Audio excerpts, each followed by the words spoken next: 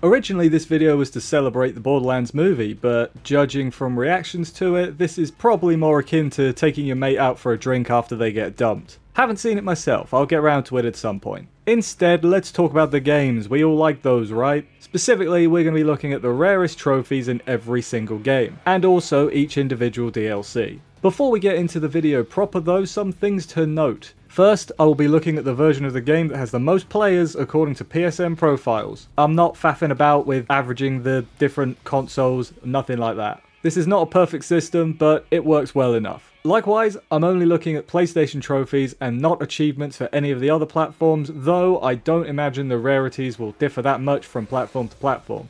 Also, for some games or DLC, the rarest trophy is tied according to the PSN percentage, as it only goes to one decimal place. So when this happens, I will refer to the PSN profile's track percentage, so we have one definitive rarest for the list. With that said though, let's get into this, starting with Borderlands 1, Speeder McSpeederton, 6.9%. This seems like a weird rarest trophy. You need to race around the speedway in the Dahl Headlands in an amount of time. What is that amount of time? I have no idea. I can only assume this is the rarest because there's nothing in the game pointing you to do this, like there's no quest or anything related to it. I don't have a lot to add on it, remember the route, gotta go fast, and you'll be alright. Zombie Island of Dr. Ned. Brains. I'm not doing all the A's. 4.4%. For this one, you need to clear the final part of the Brains side quest line. Headshot a bunch of zombies to get their brains, 250 for this part alone. Never mind what you need for the previous parts. The final number appears to be 435 for the whole quest line, I looked it up, which is pretty yikes. It's very simple, but a lot of people probably couldn't be bothered after seeing the repetitiveness of the quests. I mean, you're going to be killing zombies anyway though, so you might as well finish this off. Mad Moxie's Underdome Riot. Big Tournament, 0.9%. For this, you need to complete the larger challenge in all 3 arenas. Each of these is 20 rounds, so you are in here for the long haul, my friend. Now, normally this will be a challenge, especially if you're not prepared and don't have really good characters. If you kind of want to negate the challenge, however, you can do that by split screening with a level 1 host and a level 50 player too, so that the enemies are a far lower level than your 50. I didn't come up with this strategy, I saw it on True Achievements, gonna give credit where it's due. Theoretically, this would also work with online, but split screen you can actually take a break and pause the game, so I think it's the better way of doing it. Of course, you can just do it the intended way, but that'll actually need you to be good at the game. The Secret Armory of General Knox. Completionist, 1.2%. This one needs you to complete all the missions in the DLC, of which there are 43. Most of these are easy to find, but there are a few hidden ones that you can look up yourself if you need to. In what could possibly become a recurring theme, do all the side quest trophies leave me with little to say because just do your quests, guys, it's not that hard. Claptrap's New Robot Revolution, Bubble Trap, 0.8%. For this one, you need 15 Claptrap bobbleheads. Originally, I thought these would just be around the map in just normal collectible style, but no, that would be far too easy. These are actually random drops from Claptrap enemies, so get to farming, sucker! From researching, the best place seems to be the final boss of the DLC, as it constantly spawns Claptraps for you to farm. Really not more complicated than that, stay safe by taking out the turrets and prepare for the long haul on the hunt for these damn bobbleheads. Borderlands 2, challenge accepted, 1.7%. For this, you need to complete level 1 of all challenges with one character. Now, looking through a list online, most of these aren't too bad really if you're specifically going for them. Things like killing specific enemies you're probably going to do without even trying. There are, however, some that only unlock upon reaching level 5 with other challenges. Only a few though. There's a few requiring co-op, so I hope you have friends. There's also loads relating to various weapon types, so you'll need to switch around while farming them, and some of these seem like a real pain, like getting long-range shotgun kills. That's not how you shotgun. From research though, the hardest / biggest pain in the keister seems to be to kill Jenkins. He's seemingly a random spawn, with some players reporting tens or even hundreds of hours without finding him. These aren't total play numbers, these are specifically farming this guy numbers. Insanity.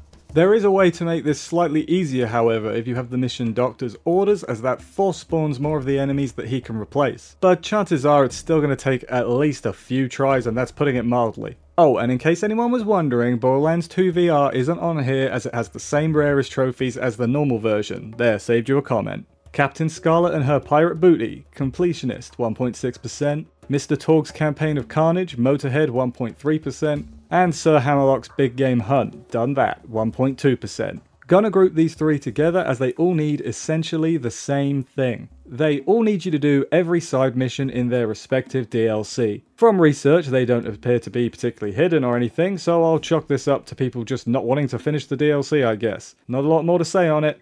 Do all your quests, folks, please. Tiny Tina's Assault on Dragon Keep. Dang girl, you ace at this game. 1.8%. For this one, you need to win in the most challenging round in Merdolin's Temple. Specifically, this is the 6th or Badass round. As you might guess from the name, there's a ton of badass enemies for you to deal with, which I'm sure everyone very much appreciates. When researching, some people were saying this quest can glitch, but that was also like 10 years ago, so it's probably fixed now, but that may be a contributing factor as to why it's the rarest. That or people are scared of badasses, which, you know, fair enough. Commander Lilith and the Fight for Sanctuary. Painbow Connection, 0.6%. This one I had to break my rule as it's only on the PS4 version, whereas the PS3 version is the most played. Remember this? They added it right before Borderlands 3 out of nowhere. I remember this. For this trophy you need to equip effervescent gear in every slot. Hope I pronounced that right, it took like 3 takes. This is a special rarity with only a few items for each slot being available. Most of these are random boss drops, but there's at least one from a quest reward. For the most part though, yeah, you're going to be boss farming, but after that you can dress like a rainbow and get a trophy for it, so that's good.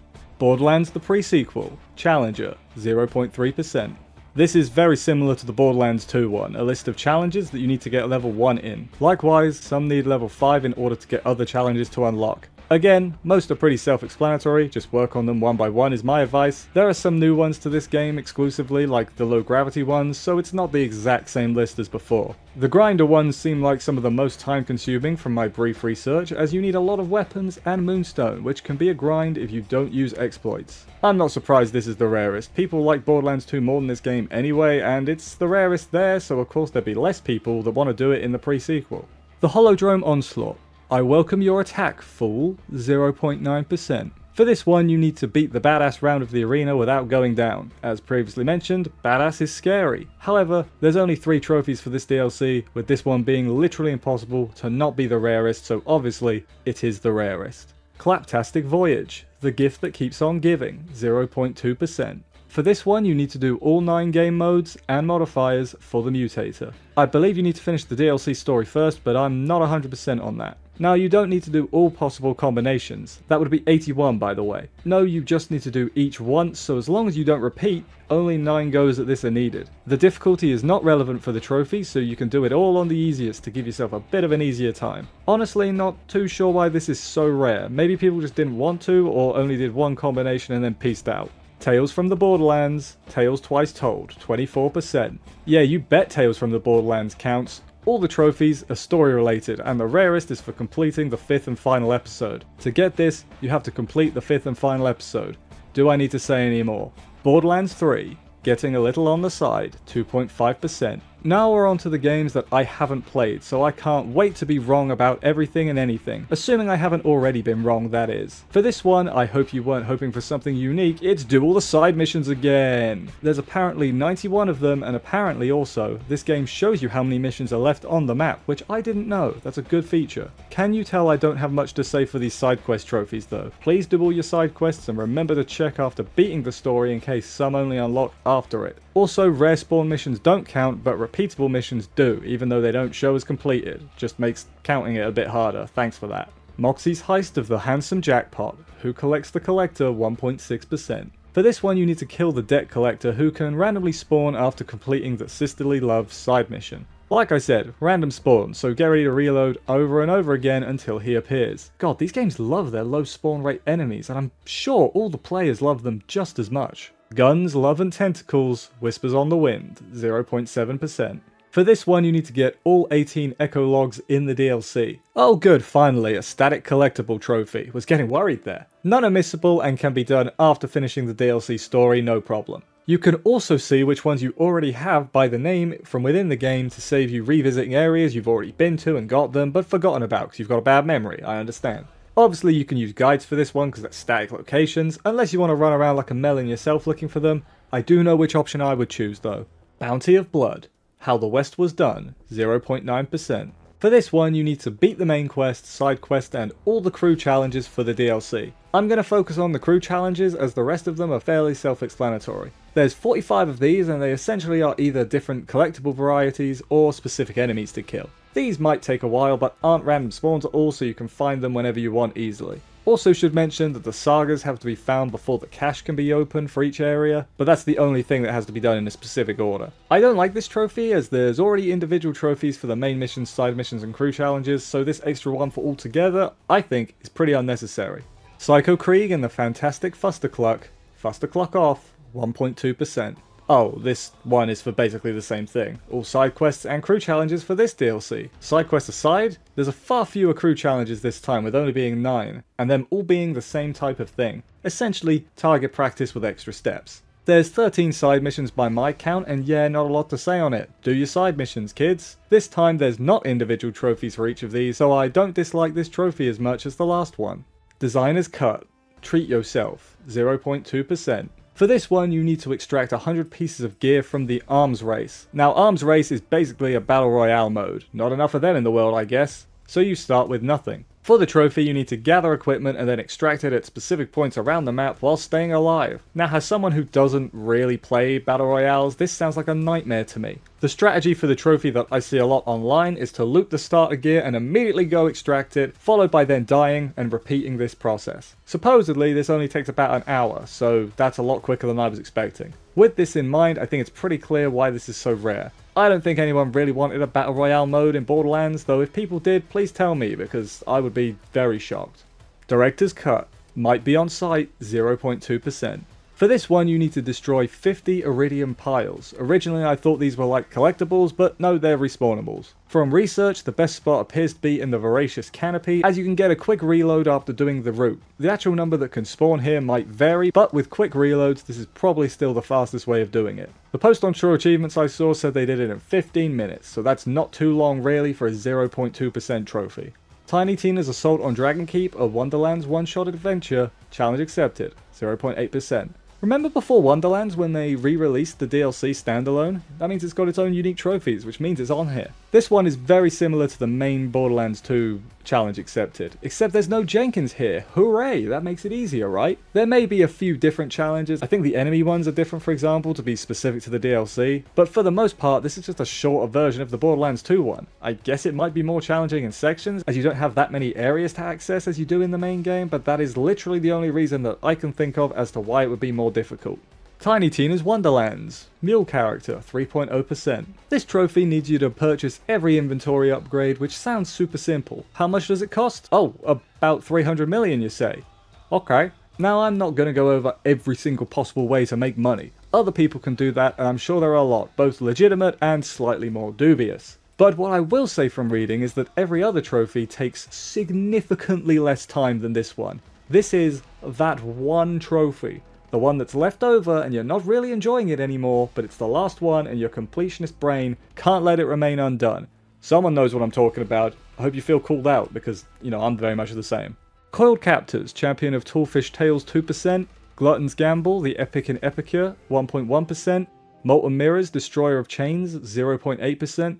And Shattering Spectre Glass, Avenger of Lost Souls, 0.8%. Yep, grouping these four together as they are basically the same thing. They need you to defeat a certain boss in each of them at their highest difficulty. The bosses are, in DLC order, Chums the Old God, Imelda the Sand Witch, Fyodor the Soul Warden, and Redmorn the Trivern. Might take a while as I read you need to beat the previous difficulties to unlock the next one, but it could be worse! When they launched apparently, they were real life time gated by actual weeks to unlock the next difficulty, so thankfully you don't need to deal with that anymore. Although there was a workaround to do with disconnecting your internet, that's a whole thing that's not relevant anymore, I'm not going to go into it. Let's move on. New Tales from the Borderlands. You played this before? 1.6%. Finally, we're on to the most recent game. For this, you have to see all 5 of the endings. Unfortunately, this isn't a case of changing your last decision or anything. While not super clear from reading online, it seems that you have to do at least episode 5 again for some of the endings, while others seem to need you to do a fresh playthrough from the start to influence the scores and character relationships to determine the ending. To be frank, this sounds like a lot of effort, and I'm glad there are guides now that are at least somewhat readable, as that's what I'm gonna do, as figuring this out myself seems like an absolute nightmare. Figuring out which seemingly unimportant choices are going to determine your ending seems like a nightmare and not fun at all to me. I'm guessing this percentage is only this high, relatively, thanks to the heroes that post guides online, and sir, we salute you, or madam, we salute you too. And that's all of them. Maybe I shouldn't have included all the DLC because that was a lot. How many of these do you have? Let me know in the comments, and while you're down there, why not subscribe so you have easy access to my videos, both old and new. It's free, and even if you don't use the sub box, it'll help me out at no loss to yourself. Thanks for watching, hunt them tropes, and I'll see you next time.